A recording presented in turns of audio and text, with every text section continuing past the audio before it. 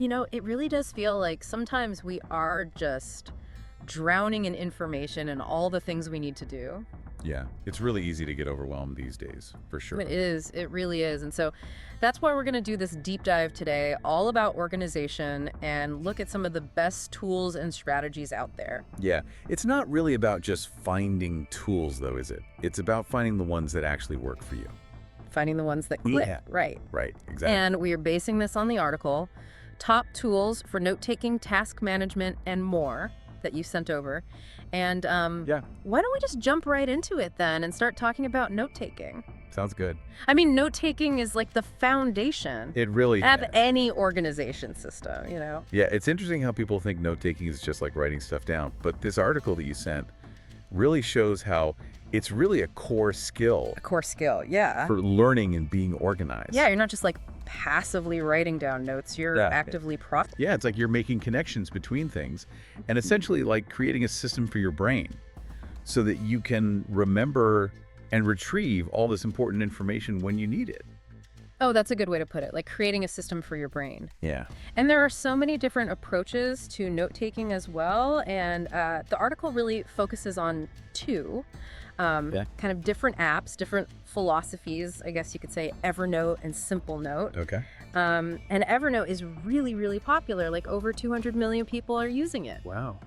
So it's obviously doing something right? Yeah. What makes it so great? Well, I think it's because it's so versatile, you know? It's almost like a second brain where you can put all your ideas and information and even, inspiration like from websites and even audio recordings and photos all in the same place. So it's like a super, super powered notebook Yeah, that can hold anything and everything. Yeah, pretty much. I can see why people like it, but sometimes I get a little bit scared. I don't know about you. Like too many features and options can almost, Sometimes it can be too much. it can be too much, yeah. And maybe almost hurt your productivity in a way. Like you're Yeah. spending so much time figuring out the app. You're just trying to figure out how to use it. Exactly. And that's where I think Simple Note is great because it's just so simple. Yeah. Like it's the minimalist's dream, like a clean interface. There's no distractions and you can just like jot down what's on your mind and then you can organize them with tags and you can find anything so quickly with its search. It's just, Yeah. it's really great. I've used Simple Note before, and I think that's what I liked about it was just how Yeah. clean and easy to use it is. But I do admit, like, sometimes I miss some of the richer features Yeah. of Evernote. Like being able to just clip a web page directly into my notes is really nice. Right. So it's a trade-off, I guess. I think it really comes down to being honest with yourself and knowing how you work best. Yeah. Like, do you like having tons of features and you can figure those out? Or do you like things really simple? Like, there's no right or wrong answer here. It's really just about what works for you. It's about what makes you more effective. Exactly. So it's something to keep in mind, I guess, as we move on to talk about task management, because that's kind of the beating heart of being productive. It is. I mean, what good are amazing ideas if If you never do anything with it. if you never do anything with them? That's Exactly. And just like note taking, there's a lot of different tools, a lot of different approaches, and it's all about choosing the right tools that work for your style. Right. And the article here brings up 3: Trello, Asana, and Todoist. Right. So let's start with Trello. It's all about the visuals. With Trello, have you used Trello before? I have, yeah. I've used it a little bit too, and it's so cool how you can create these boards and lists and cards, and you can just drag and drop them to... It's really intuitive. It's really intuitive, yeah, and it's just very visual. I like that about it. Yeah, like if you think about it, like you're working on a project Yeah. and you move the card from to do to in progress. Yeah. And you can see that you're making progress. It's really motivating. It is, but I do find that, like, if I'm not careful, it can get a little bit messy. My boards can get a little out of control. Have you ever had that I problem? think organization is definitely key when it comes to Trello. Yeah. Like you have to have a system for how you name the boards and the lists and maybe color coding, Yeah. and labels and all that to really keep things organized. You have to be on top of it. Yeah. But if you can figure that out, it's a really powerful tool, For sure. especially if you're a visual person or like to collaborate because you can share boards with other people too. Yeah, that's true. And then we have Asana, which is more about structure, like a really structured approach to work management. And while it's made for teams, Okay. you can use it as an individual Okay. Yeah. for sure and get a lot out of it. It's a really great platform if you like things hierarchical. Like Okay. you're managing a project from start to finish. Yeah. And you can assign tasks to people, you can track progress, you can even run reports. Like, Well, for like a complex project with a lot of people involved, it Yeah. I would say so. sounds like it would be Definitely. a really good choice. Yeah, and even for individuals, like if you have big goals and you like to break those down into smaller steps, it gives you that control and clarity to kind of get it done. So we have this visual collaboration with Trello and the structured project management with Asana. Right. But what about those of us who are just like, I just want to get stuff done, get things checked off the list? Right. You just got to conquer that to-do list. Yeah, that's where Todoist comes in. Yeah, Todoist is all about just like capturing your tasks, organizing them, and then just knocking them out. Yeah, that's great. Yeah, it's great. And I'm a big fan of prioritization because if I don't know what needs to happen first, I can get a little sidetracked. And Todoist has really good features for prioritizing, like labels, filters, that sort of thing. And what's good about it is you can really customize it for yourself so you know what works best for you. Yeah, you can make it your own. Exactly. So those are three very different task management styles. We have the visual, the structured, and the Get it done. get it done, right? Yeah. So as we move into the next part of this, think about which of those maybe resonates most with how you work. Yeah, and the good thing is you don't have to just choose one. You can kind of experiment and combine them and create a system that really works for you. That's a good point. You don't have to just pick one. Yeah. We'll be right back to talk more about organization. Okay. It's funny, we can get so focused on checking things off our list that we forget to look at the bigger picture, like how we're actually spending our time. That's so true. It's like we're just so busy doing that we don't stop to ask if we should even be doing those things. Yeah, exactly. So what tools can help with that?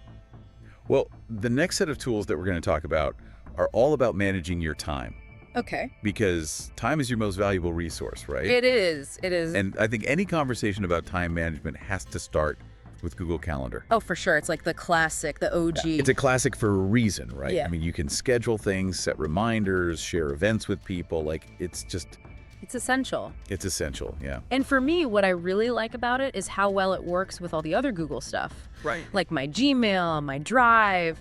It's all connected. Yeah, that integration is really key. It is. Like having everything in one place just makes things so much easier. So much easier. So speaking of making things easier, this article you sent also mentioned this tool called Rescue Time. Yes. And it sounds really interesting. Like it goes a step beyond just scheduling, and it actually helps you analyze how you spend your time. It does, yes. So tell me about that. So Rescue Time, it's almost like a time detective, Okay. It tracks what you do on your computer, like what websites you visit, what apps you use, Uh-oh. and then it gives you these reports so you can see where you're spending or maybe wasting your time. I'm almost afraid to know what it would say about me. Well, it's not about judging yourself. Okay. It's about just being more aware so you can make better choices. So it's kind of like holding up a mirror Yeah. to your digital life. Exactly. But in a way that helps you improve. Right. Like maybe you're spending way more time on social media than you realize. Oh, I'm sure I am. Or you're just like stuck in your inbox for hours every day. Yeah, that's me. And once you see that, then you can start to make changes. Okay. And it also helps you set goals too, right? It does, yeah. So it's not just about tracking what you're doing, but also about being more intentional with your time. Right, like being more proactive instead of reactive. That's good. I like that. Yeah, so instead of just reacting to whatever comes up, you can actually set goals based on what's important to you. That makes a lot of sense. And then Rescue Time can help you track your progress and make sure you're staying on track. This is making me think about what we were talking about earlier with Trello and its calendar power-ups. Really? Because it seems like that's another way to connect task management with time management. It is. So tell me about that. So Trello's calendar power-ups, they basically let you see your tasks and deadlines in calendar view. Oh, okay. So instead of just having a list of tasks, you can actually see them lag out over time. That's helpful. Yeah, it's really helpful for planning and prioritizing. I can see that, like if you have a lot of deadlines coming up, Yeah. you can see where things might overlap Exactly. or just get a sense of how much you can realistically get done. And the cool thing is you still have all the flexibility of Trello. Like you can drag and drop things, filter by labels, search for deadlines, all within the calendar. So it's like the best of both worlds. Yeah, it really is. This is making me think we talk a lot about finding time, Right. but maybe it's more about creating time. I think that's a really good point. You know what I mean? Yeah, like taking control of your schedule and making choices about how you spend your time. Instead of letting your schedule control you. Exactly. I like that. It's empowering. It is empowering. And it all starts with awareness, like figuring out where your time is going and then making changes based on that. So we've talked about all these different tools: Evernote, Simple Note for note-taking, then Trello, Asana, Todoist for task management, and now Google Calendar, Rescue Time for managing our time, and even Trello's Calendar Power-Ups. That's a lot, yeah. It's a lot to take in, but like you said earlier, it's not just about the tools themselves, Right. it's about how we use them. Exactly. The tools are only as good as the habits and the mindset that we bring to them. Yeah, so we can have the best tools in the world, but if we don't have the right approach, It's not going to work. it's not going to work, yeah. It's like having a gym membership and never going. That's a good analogy, I like that. So, in the next part, we'll talk more about that deeper level. Okay, sounds good.